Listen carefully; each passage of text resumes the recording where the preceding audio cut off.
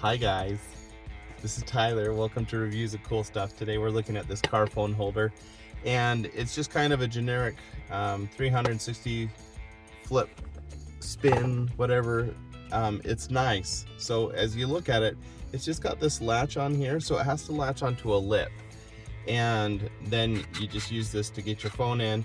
And you'll see as I put it on here, it's really adjustable, and so you can set it, you know, further back. You can rotate it and swivel it to the side, and so this is really great if you have a lip to stick it on.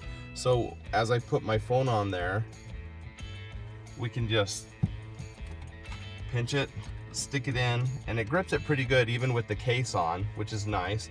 And then I can just adjust it to however I like it. So it's really easy to set. It fits there really nice, and it is nice and snug, but it's not going to work in all cars. Okay, so in some cars there's no lip. Like ideally there'd be a lip here that you could place this on, but there's not. There's one set way back there, but it doesn't fit, and then there's one off the steering wheel.